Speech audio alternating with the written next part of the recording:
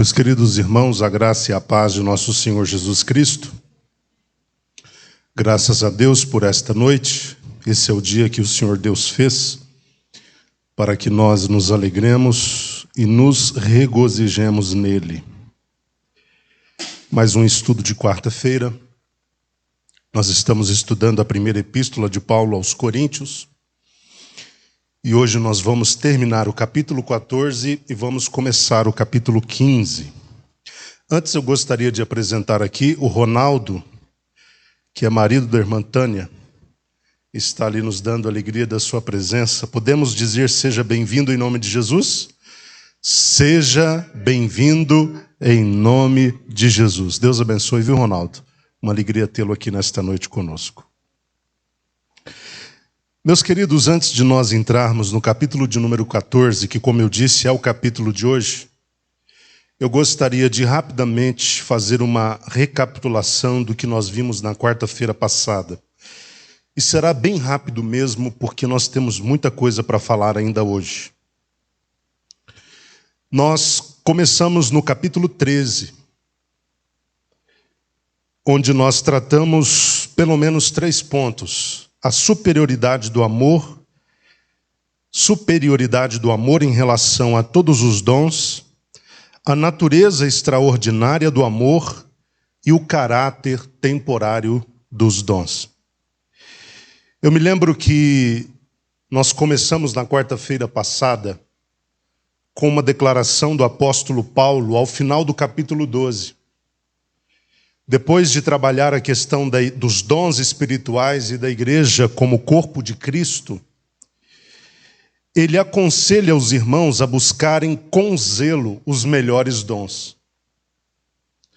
Quando ele começa o capítulo 13, ele mostra qual o caminho para se chegar a esses melhores dons. E o caminho é o amor. E no capítulo 13, então, nós temos, num primeiro momento, Paulo mostrando o quanto o amor é superior em relação a todos os demais dons. O amor é maior do que as línguas, sejam elas humanas ou angélicas. O amor é maior do que a profecia. O amor é maior do que todo o conhecimento dos mistérios e da ciência. O amor é maior do que a fé para alcançar bênçãos e favores de Deus. O amor é maior do que a generosidade no seu grau último. E o amor é maior do que o martírio.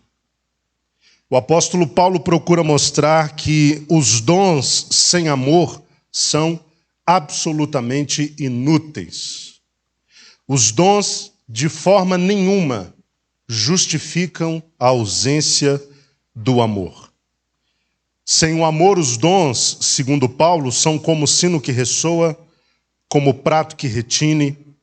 Sem o amor, os dons não nos enobrecem. Sem o amor, os dons para nada aproveitam.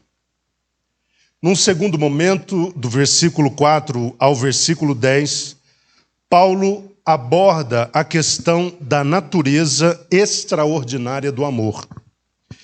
E ele começa dizendo que o amor é paciente. Eu gostaria de fazer uma pequena correção de algo que eu disse na quarta-feira passada.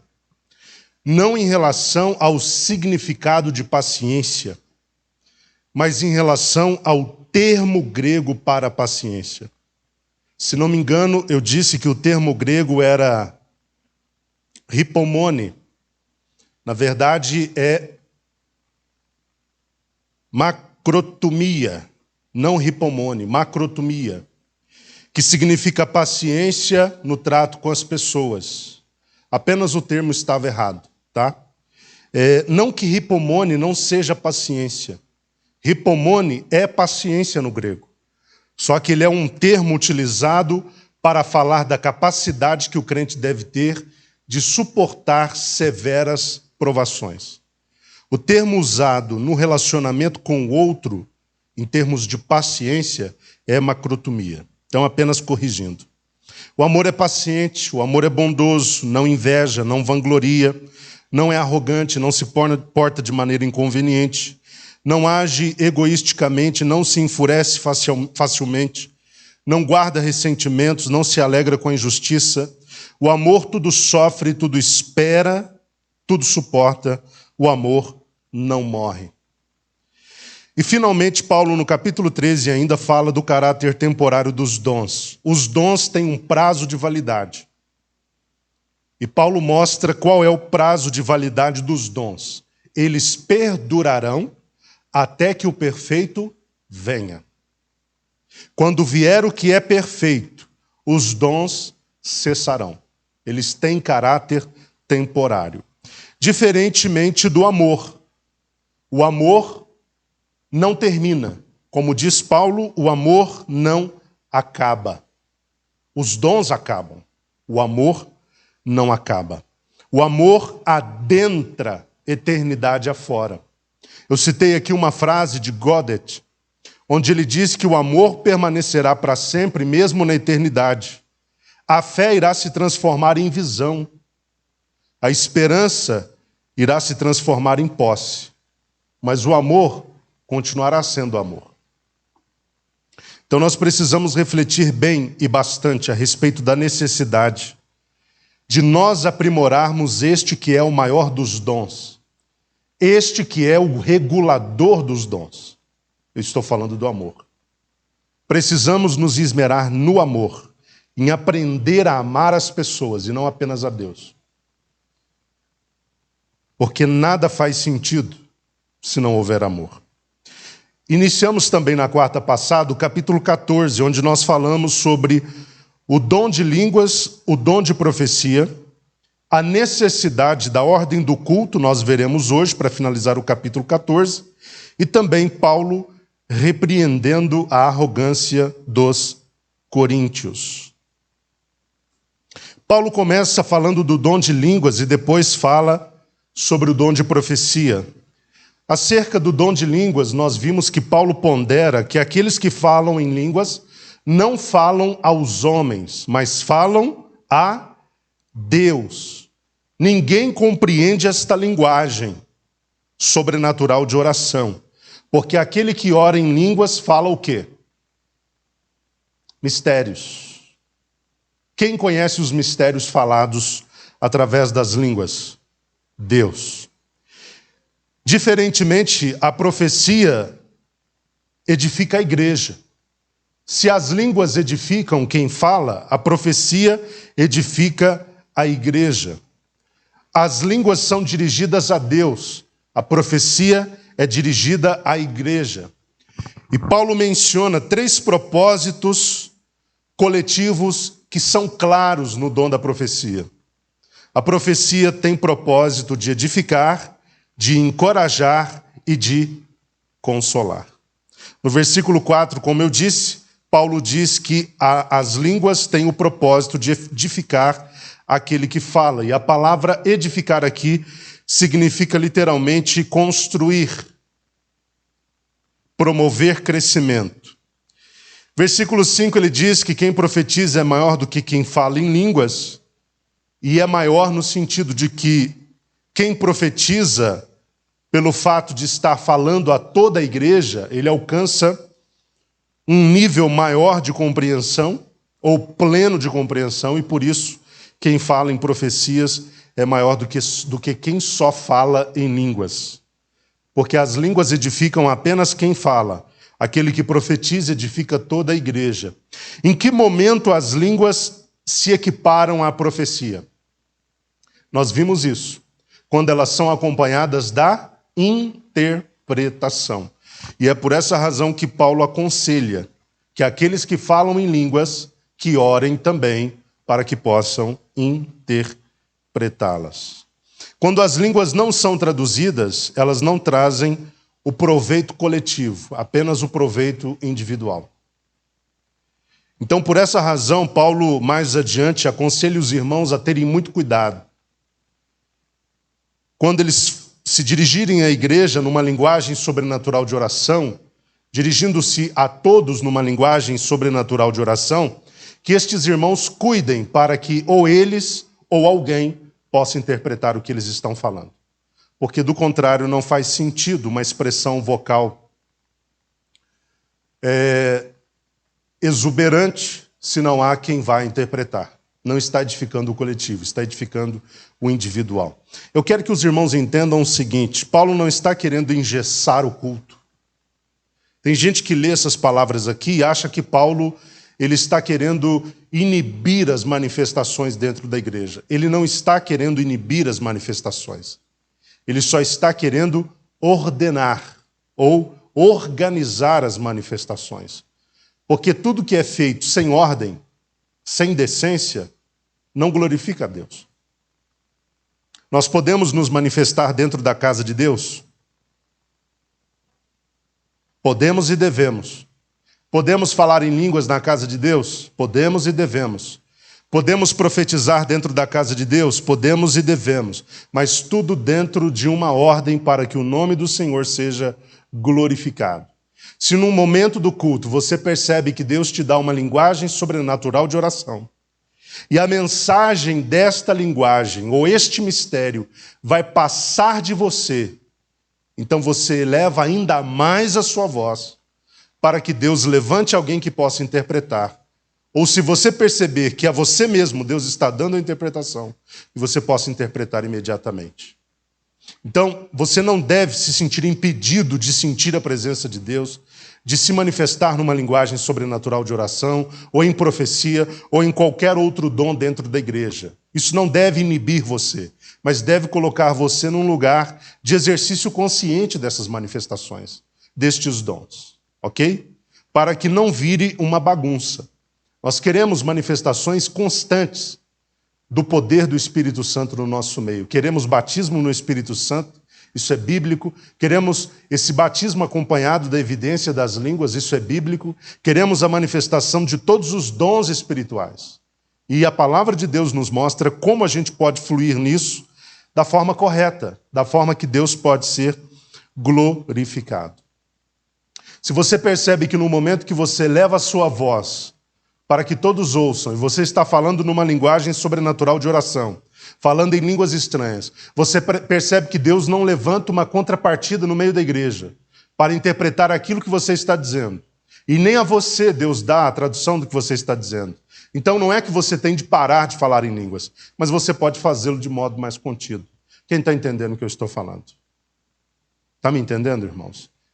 É ótimo, é bênção, é divino, é bíblico a manifestação dos dons dentro da igreja. Mas como eu tenho dito e repetido, tudo dentro da ordem para que o nome do Senhor seja glorificado. Eu digo isso porque em muitas igrejas, infelizmente, o que nós temos é uma desorganização no funcionamento dos dons. Eu nem digo que necessariamente todas essas igrejas não estejam fluindo nos dons, mas muitas das vezes fluindo da forma errada.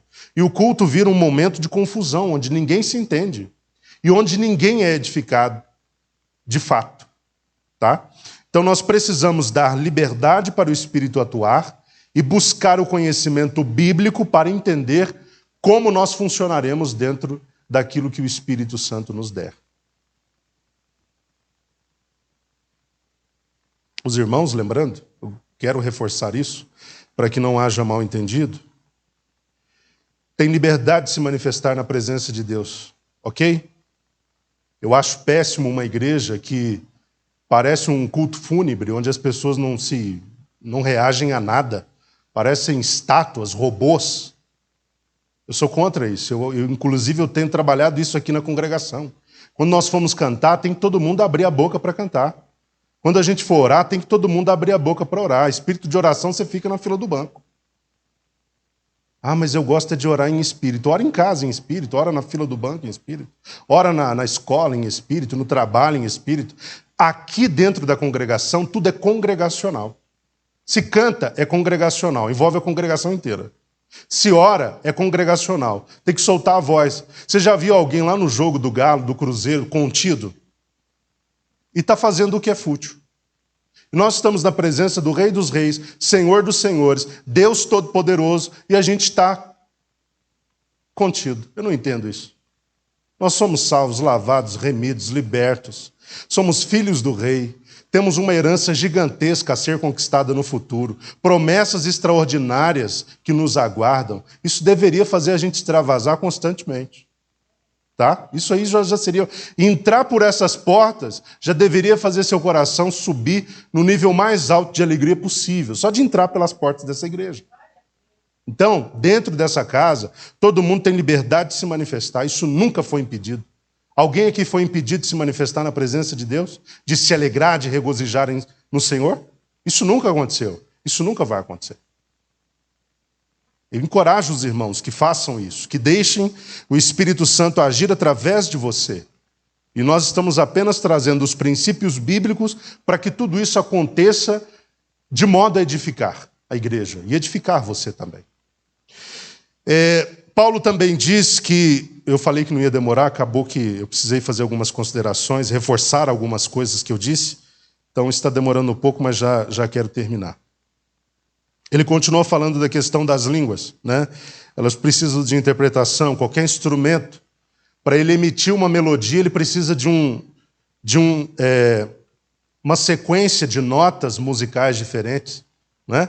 Aí dá sentido ao som que aquele instrumento está produzindo. Se ele só soltar um som sem um conjunto de notas, não faz o menor sentido. Assim a língua é emitida sem tradução. Ela não alcança todo o seu proveito. Ela não alcança a edificação de todos. Agora, Paulo fala sobre a língua e a profecia como sinal, dos versículos 21 a 25. Dos versículos 22 a 25, vamos ler do capítulo 14, porque aqui nós não abordamos, não trabalhamos na quarta passada.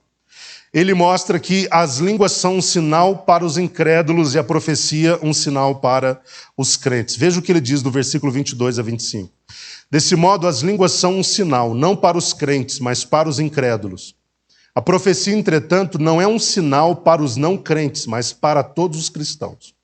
Se, portanto, toda a igreja se reunir num lugar e todos falarem em línguas e entrarem pessoas não instruídas ou descrentes, por acaso não dirão que estáis loucos? Mas se todos profetizarem e alguém incrédulo ou não instruído entrar, será por todos convencido de que é pecador e por todos será julgado. Os segredos do seu coração se tornarão manifestos e assim, prostrando-se rosto em terra, adorará a Deus, testemunhando que em realidade Deus está entre vós. O que Paulo está mostrando é o quê, irmãos? Que a linguagem sobrenatural de oração, ou as línguas estranhas, sem a devida interpretação, é um sinal negativo para os ímpios. Repito, sem a devida interpretação, é um sinal negativo para os ímpios. É como Paulo diz, se durante o culto entrar um ímpio ou alguém não instruído e ouvir os crentes falando em línguas estranhas, sem uma devida interpretação, qual será a conclusão deles? Esses crentes são loucos. Eles estão falando num idioma que ninguém sabe qual é e não há tradução para o que eles estão falando. Eles vão chamar isso de delírio, de loucura, de devaneio, tá? Vão chamar de qualquer outra coisa, menos de manifestação do Espírito. Não haverá nenhum proveito nessa situação. Quando as línguas são proferidas pelos crentes dentro da igreja sem uma devida tradução, os ímpios saem do culto ainda ímpios. Eles saem do culto ainda pecadores. E pior, ridicularizando os crentes. Mas Paulo procura mostrar que se por outro lado há a profecia, este sinal é positivo para a igreja. Quando a profecia é proferida, até o ímpio é convencido. Vocês perceberam a diferença? Se o ímpio que ouve a palavra da língua estranha, ou a língua estranha, sai ridicularizando os crentes por não ter tido interpretação e ele não ter entendido nada, por outro lado, quando o mesmo ímpio está num culto onde há a profecia, ele sai convencido do seu pecado, porque os segredos do seu coração são expostos através da palavra profética. Então ele sai acreditando que aquela manifestação foi de fato uma manifestação de Deus. A palavra profética se mostrando superior às línguas sem interpretação. Paulo está mostrando ainda isso. Dos versículos 26 ao 35, Paulo vai falar da necessidade da ordem no culto. Vamos ler esse texto. É um pouco longo, mas vamos ler, depois eu venho comentando. Do 26 até o 35. Portanto, qual a atitude correta então? Ora, quando vos reunis, cada um de vós tem um salmo, uma mensagem de ensino, uma revelação ou ainda uma palavra em determinada língua, e outro tem a interpretação dessa língua. Tudo seja feito para a edificação da igreja. Se alguém falar em uma língua estranha, que a falem somente 2, quando muito 3, um de cada vez, e que haja quem possa interpretar. Contudo, se não houver intérprete, permaneça calado na igreja, falando consigo mesmo e com Deus. Tratando-se de profetas, falem 2 ou 3, e que outros julguem com zelo tudo o que foi dito. No caso de ser concedida uma revelação a alguém que está sentado, cale-se o primeiro. Porque todos podereis profetizar, cada um por sua vez, para que todos sejam orientados e encorajados. O espírito dos profetas está sujeito ao controle dos próprios profetas, porquanto Deus não é Deus de desordem, mas sim de paz, como em todas as assembleias dos santos. As mulheres devem permanecer em silêncio nas igrejas, quando não lhes é permitido falar, mantendo-se em atitude de respeito, como também a lei ordena. Se desejarem saber mais sobre algum ensino, questionem os seus maridos em casa, porque para a mulher é vergonhoso conversar durante as reuniões da igreja. Antes que as irmãs saiam do culto, aguarda até o final. Fica até o final para você receber a tradução do que Paulo está dizendo. Versículos 26 a 33, Paulo deixa claro que o culto deve e precisa ser organizado. Porque senão o culto deixa de alcançar o seu objetivo. Primeiro, que é o de glorificar a Deus. Segundo, o de criar um ambiente, uma atmosfera, onde os crentes possam ser coletivamente edificados. Quando os crentes da igreja de Corinto se reuniam, o que havia entre eles era uma completa e verdadeira confusão. Porque todos eles queriam fluir nos dons do Espírito ao mesmo tempo, e sem o mínimo de sabedoria e de conhecimento para isso. Então Paulo procurou mostrar que esse procedimento de agir desordenadamente nos dons não fazia jus a quem Deus era, visto que Deus não é Deus de confusão. Ele não era nem é Deus de confusão, mas de ordem e de paz. No versículo 26 nós temos: o culto deve ter a participação dos crentes. Cada um de vós tem um salmo, um ensino, uma revelação, uma palavra em determinada língua e outro uma interpretação. Versículo 26 ainda: o culto deve ter seu conteúdo voltado para a edificação de todos. Paulo diz: tudo seja feito para a edificação da igreja. Versículos 27 a 30, o procedimento correto quanto ao uso dos dons. Versículos 27 e 28, quando há línguas estranhas no culto, o que deve ser feito? No caso de haverem línguas, Paulo orientou que os crentes fizessem o quê? Não falassem todos ao mesmo tempo e que houvesse intérprete. Interpretação. Pergunto, por que deveria haver interpretação? Falamos muito sobre isso hoje ainda. Por que deveria haver interpretação? Para que houvesse edificação coletiva. Versículo 29, quando há profecia no culto. Primeiro ele fala quando há línguas estranhas no culto. Agora 29, quando há profecias no culto. O que deve ser feito? Que os profetas também não profetizassem todos ao mesmo. Você já viu alguns cultos aí, principalmente pela internet, onde todo mundo profetiza ao mesmo tempo? Né? O culto começa, o hino está acontecendo, tem 15, 25 pessoas profetizando durante o culto ao mesmo tempo. Isso está de forma desordenada. Pessoas que profetizam enquanto a palavra de Deus está sendo apresentada também não faz parte da ordem. Porque a revelação das revelações é a palavra de Deus. Vocês estão entendendo? A revelação das revelações é a palavra de Deus. A profecia das profecias é a palavra de Deus. A palavra de Deus tem supremacia. Mas e se o profeta receber uma mensagem profética? Paulo também prevê esse tipo de cenário. Daqui a pouco nós falaremos sobre isso. Por enquanto, nós estamos na questão dos profetas não falarem todos ao mesmo tempo. Agora, um outro detalhe que Paulo relaciona aqui, que eu acho importantíssimo, e eu ousaria dizer que pouco é praticado, é que ele recomenda que, enquanto alguém está profetizando, que a igreja julgue a palavra profética. O que ele está querendo dizer com isso? É que a validade, ou a mensagem, melhor dizendo, o conteúdo da palavra profética, precisa passar pelo escrutínio da igreja. Porque o mesmo Espírito que pode estar operando através daquele profeta é o Espírito que está na igreja. Ou há um Espírito diferente? O Espírito que opera em quem está profetizando, opera sobre quem está ouvindo. Se ele é salvo, se é temente ao Senhor, se é filho de Deus, tem o Espírito de Deus. Então, ele vai entender a validade e a veracidade daquela manifestação ou não.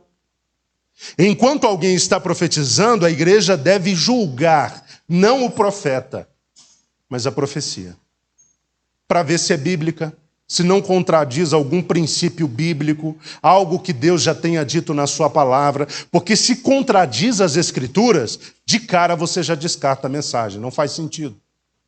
Porque se a palavra é de Deus, ele não vai dizer nada que possa contradizer essa palavra. Concordam?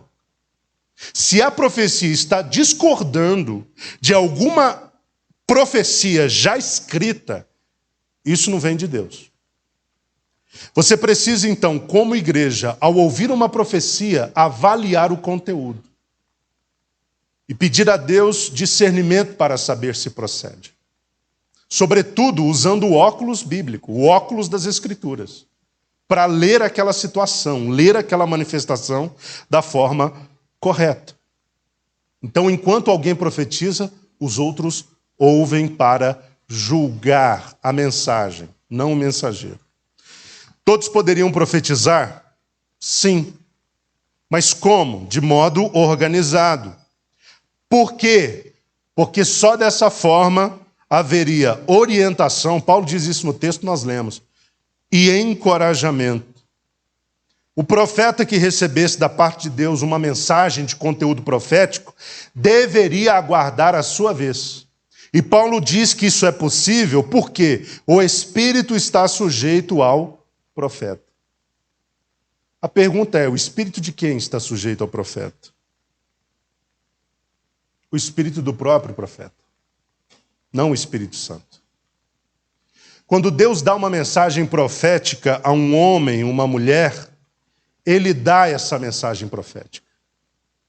Você pode avaliar o melhor momento do culto, a melhor oportunidade para entregar essa palavra. Enquanto o pregador está pregando, o Espírito pode te dar uma palavra profética. Mas você pode determinar em que momento você irá proferir isso. Porque Deus te dá uma mensagem profética. Vocês estão me entendendo? Porque tem gente que age como se eu não agir agora, escapa da minha mente, escapa do meu coração o que Deus está querendo falar. É um engano. Deus te dá um conteúdo, Deus te dá uma mensagem. E você flui com base nessa mensagem, na melhor hora. No melhor momento. Entendido, queridos? Pode falar, James.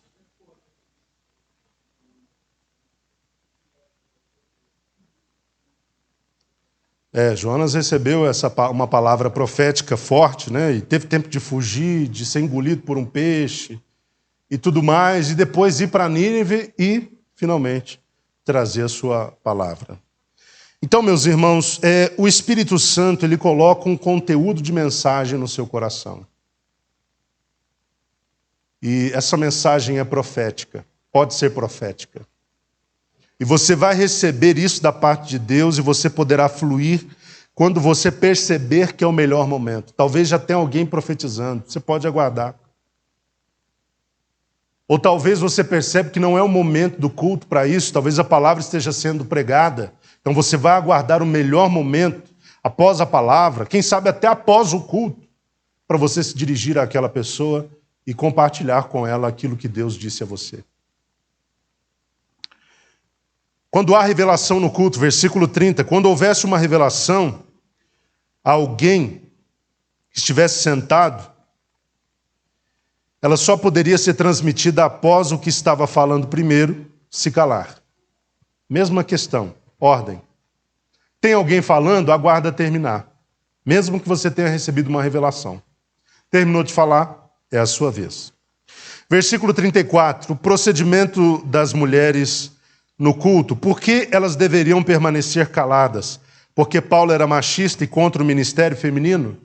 Não, é porque havia uma situação específica na igreja de Corinto, onde as mulheres não paravam para escutar. Vocês sabem que os homens falam em torno de 10.000 palavras por dia. Nunca parei para contar. Eu acho que eu falo metade disso. E as mulheres falam 30.000. Então elas têm uma, né, irmã Silvandira? Tem uma tendência de querer falar mais do que os homens. Na igreja de Corinto, as mulheres estavam muito felizes com toda a liberdade que elas adquiriram em Cristo. Liberdade que andava na contramão da própria sociedade daquele tempo, que não dava voz às mulheres. E elas empolgaram e queriam falar o tempo todo, interrompia o culto, atrapalhava o fluxo litúrgico do culto. E até de adoração. Elas queriam interromper, queriam falar a todo tempo e queriam tirar dúvidas durante o momento da explanação da palavra, do ensino, muitas das vezes, interrompendo de forma constrangedora. Então Paulo aconselha que elas permanecessem em silêncio no propósito de aprender. Porque ninguém aprende falando. As pessoas aprendem como nós estamos aqui, escutando. Sim ou não? Parando para ouvir.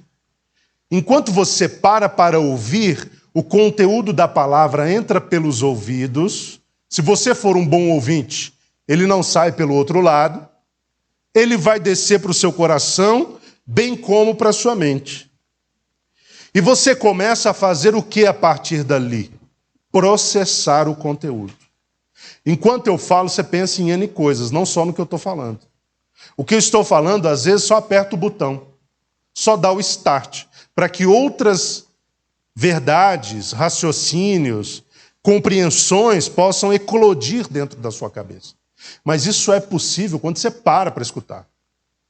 As pessoas que não param para ouvir, elas não aprendem como deveriam ou como poderiam. E tem uma forte tendência à tolice. Todo tolo é péssimo ouvinte. Pode reparar os tolos. E todo sábio é bom ouvinte. Porque há sabedoria em ouvir. Até no ouvir há sabedoria. Elas não queriam ouvir. E outro conselho que Paulo dá, além de que elas permanecessem caladas, porque isso estava constrangendo o ambiente do culto e trazendo transtornos e impedindo a edificação da igreja, que elas procurassem tirar suas dúvidas em casa com seus maridos. Ao invés de interpelar o pregador, o ensinador, o pastor no momento da palavra, de forma exagerada eu estou falando, de forma incômoda, elas deveriam guardar suas dúvidas para o momento doméstico, onde elas estariam com seus maridos e poderiam dialogar com eles sobre questões de diversas ordens. Não é que Paulo é contra o ministério feminino, tá, irmãos? Isso não concorda com o pensamento paulino. Mas ele está trabalhando uma questão pontual dentro da igreja de Corinto. As mulheres sempre foram e serão uma bênção na igreja e no reino de Deus. Eu diria que Jesus se alegrava em estar cercado das mulheres. E boa parte do custeio do seu ministério vinha das mulheres. Mulheres ricas. Tá? Quando ele ressuscita, ele aparece primeiro para quem? Quem primeiro fica sabendo da sua ressurreição? As mulheres. Onde é que estavam os homens? Preocupadíssimos em casa, com medo, reunidos, pensando no que iriam fazer, se morreriam, se não. Mas elas foram ao túmulo, receberam primeiro a notícia. As mulheres no reino de Deus e na igreja têm um valor inestimável. Então não leve por esse lado de que a Bíblia é machista, bem como Paulo é machista, bem como Deus é machista. Isso discorda com todo o pensamento bíblico, ok? Dos versículos 36 a 40, Paulo repreende a arrogância dos coríntios. Vamos ler. Porventura a palavra de Deus teve origem entre vós? Sois vós o único povo para quem a palavra foi entregue? Se alguém se considera profeta ou espiritual, reconheça que o que vos escrevo são mandamentos do Senhor. No entanto, se alguém não reconhece essa verdade, desde que tal pessoa siga em sua ignorância. Concluindo, caros irmãos, aperfeiçoai com zelo o dom de profetizar, e não proibais o falar em línguas, porém que tudo seja realizado com decência e ordem. Paulo diz que a palavra de Deus não teve origem entre eles e também não foi endereçada apenas a eles. Irmãos, se tem um sentimento maligno, é o sentimento do orgulho, mesmo que ele seja espiritual. O orgulho, de modo nenhum, ou em hipótese alguma, seja ele espiritual ou não, é benéfico. Ele é sempre nocivo. E vocês estão percebendo na sequência do estudo dos capítulos da primeira carta, como Paulo volta e meia procura quebrar a crista dos crentes de Corinto. Eles eram muito altaneiros, a maioria deles, não todos. Eles eram muito arrogantes, muito soberbos, e eles se orgulhavam de muitas coisas. Eles agiam em relação à palavra de Deus como se a palavra de Deus tivesse nascido entre eles e fosse exclusiva deles. Paulo está dizendo, vocês estão enganados. Vocês não são a última bolacha do pacote. A palavra não nasceu entre vocês e não é única e exclusivamente para vocês. Paulo diz ainda que aqueles que se achavam profetas ou espirituais, doutores nas coisas espirituais, deveriam reconhecer que tudo o que Paulo estava ensinando a eles era mandamento vindo de Deus. Vocês sabem que muitas pessoas, principalmente as que andam tortuosamente ou que andam conduzindo-se de maneira equivocada, elas têm dificuldade em reconhecer uma diretriz, uma palavra de orientação que vem da parte de Deus através daqueles a quem Ele colocou à frente da sua igreja. Isso é péssimo. Nós temos que ter o ouvido pronto para ouvir, como eu disse minutos atrás. A gente tem que saber discernir quando Deus está falando através de alguém. Quando Deus está trazendo uma instrução específica para o nosso crescimento. Eu imagino que talvez os coríntios, quando ouviram aquelas instruções todas de Paulo e suas repreensões e suas advertências, muitos deles talvez começaram a pensar em suas mentes que tudo aquilo era da cabeça de Paulo. Esse homem está delirando, ele está dizendo coisas que não fazem sentido. Isso não é verdade, isso não vem de Deus, isso vem da cabeça dele. E ele procura mostrar que todo o seu ensino, tudo o que ele estava dizendo a eles, vinha da parte de Deus. Era mandamento do Senhor. Versículo 37, parte final, diz isso.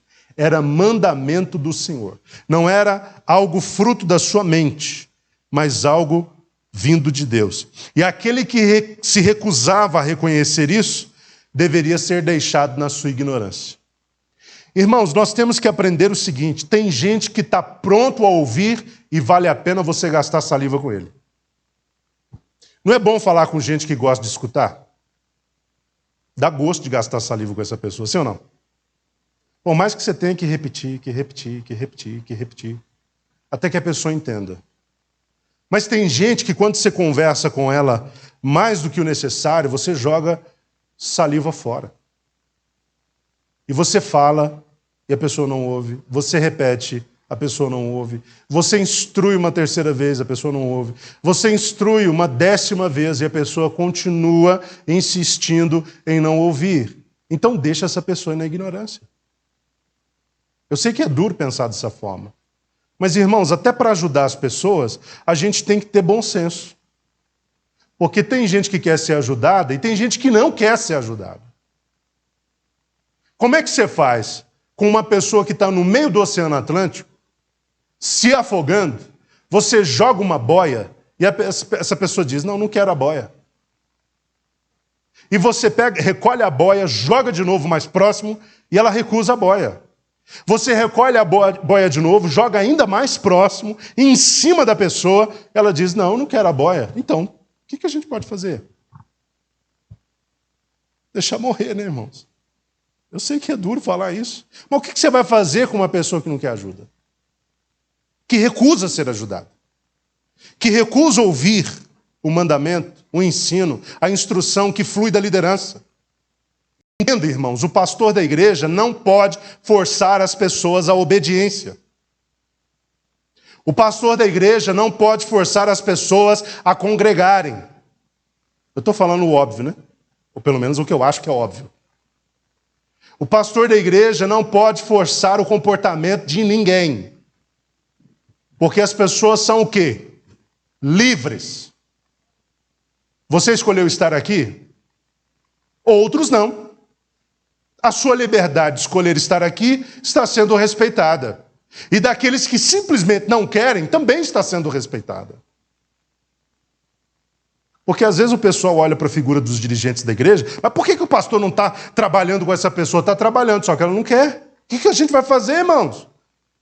Transgredir a livre escolha do indivíduo? Não é possível, por mais que a gente de fato quisesse. A gente queria colocar as pessoas no caminho e falar, fica aqui, como a gente faz com os filhos pequenos.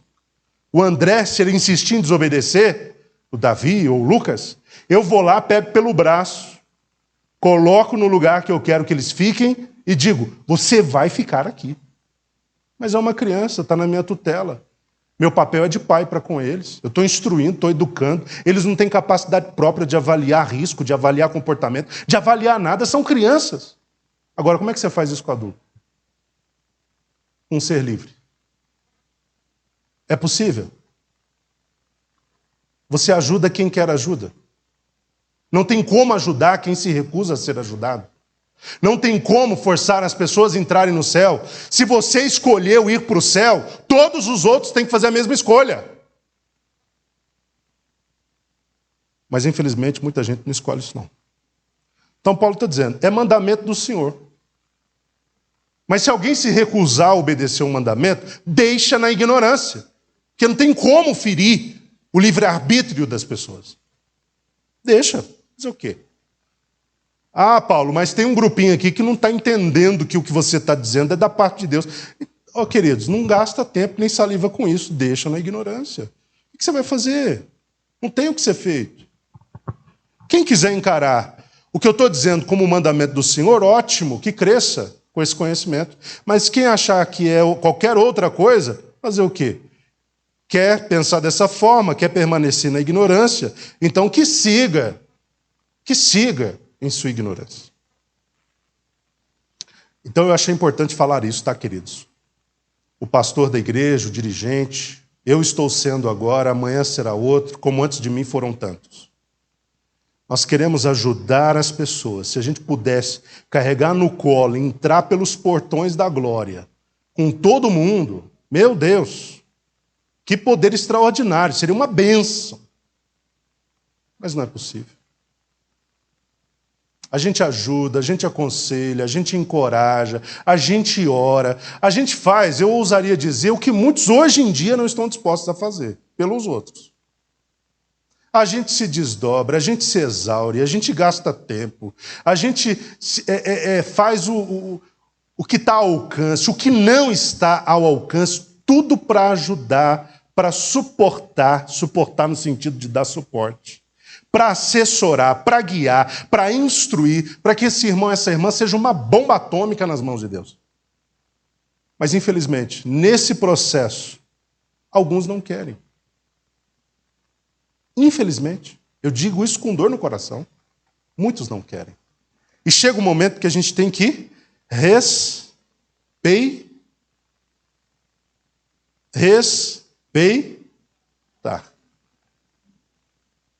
O próprio Jesus fez isso. Senhor, tem um monte de gente desistindo por causa da tua palavra. Não dá para amenizar o discurso, ser um pouquinho mais flexível, maleável. Jesus falou, olha, vocês também não querem ir embora? Eu não vou mudar meu discurso.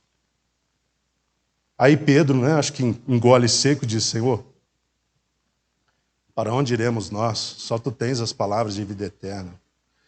Então Jesus está sendo assim, taxativo. Você quer? Quer. Então vamos. Não quer? Eu não posso querer por você. Eu não posso querer por você. Era isso que Jesus estava dizendo. As pessoas têm que querer também, tá, queridos? Os que profetizavam, Paulo ainda diz, como lemos, deveriam se aperfeiçoar no dom. Mas os que apenas falavam em línguas também deveriam não ser proibidos de fazê-lo. Porque quando os crentes lessem a carta de Paulo, muitos talvez concluiriam que Paulo quer que só haja profecia no culto. E por essa razão ele ainda faz essa consideração ao final. Olha, aprimorem-se, se aperfeiçoem no dom de profetizar, mas não proíbam o falar em línguas. Todo mundo pode fluir em línguas, em profecia. Ninguém deve ser tolhido dessa liberdade. Então, seja profetizando, seja falando em língua, tudo deveria ser com decência e com ordem.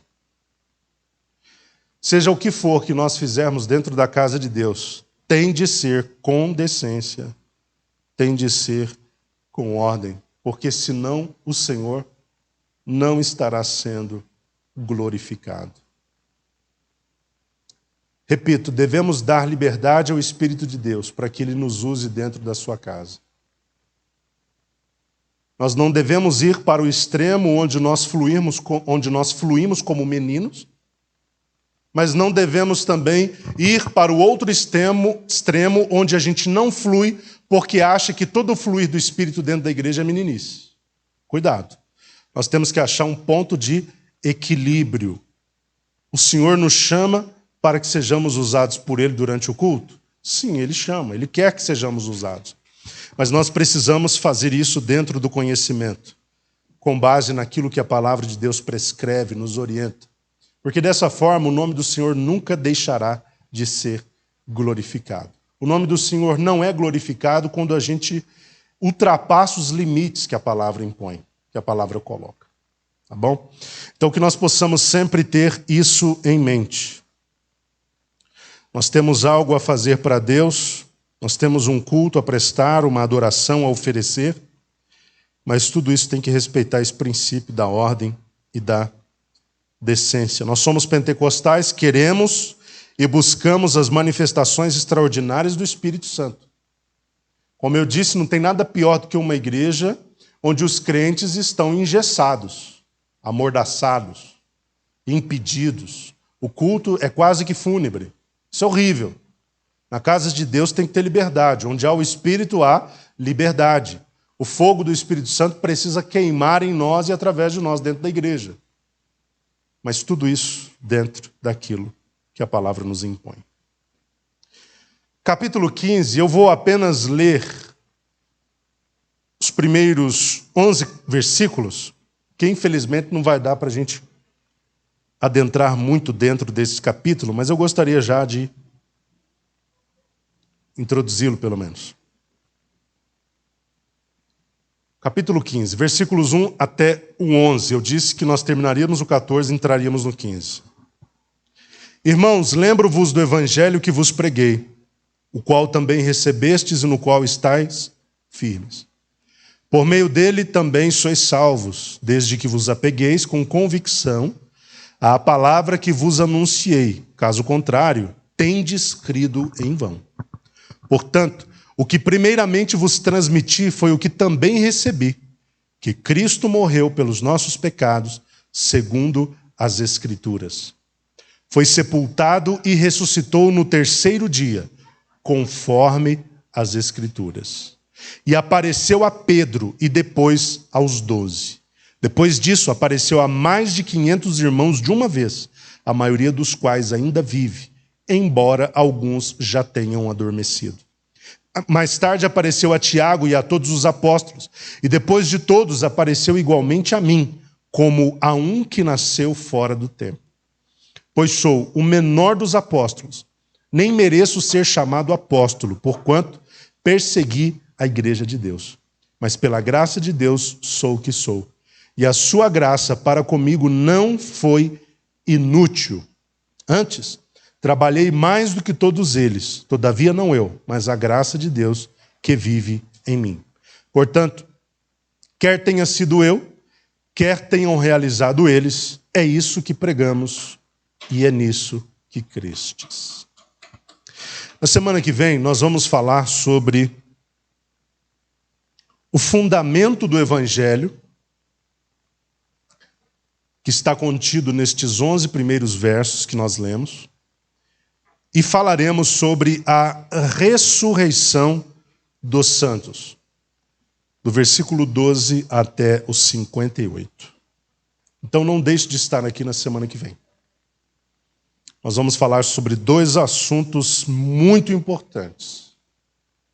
O primeiro deles, como eu disse, é a questão da ressurreição de Cristo, que é o fundamento do Evangelho, e a questão da promessa da ressurreição dos santos. Paulo estava enfrentando muitos problemas lá na igreja em relação a essa doutrina. E eu ouso dizer que nós não podemos tropeçar no conceito da doutrina da ressurreição. Isso aqui é ponto que não pode divergir. Tá? Aquele que serve a Cristo, pertence a Deus, tem que crer na doutrina da ressurreição, assim como na morte vicária. Tá? Assim como na morte vicária, na morte de Cristo na cruz em substituição. Isso não pode encontrar divergências entre nós. Não é questão de opinião, é questão de dogma, é questão de doutrina. Cristo ressuscitou, sendo o primeiro a voltar dos mortos. Ele inaugurou algo que vai se cumprir nos santos futuramente, que assim como Cristo também ressuscitarão. Obviamente, os que estiverem mortos na ocasião. Porque para os que estiverem vivos haverá um outro processo, que não será o da ressurreição, mas o da transformação e glorificação dos corpos. Então esteja aqui. Deus em Cristo abençoe os irmãos, em nome de Jesus.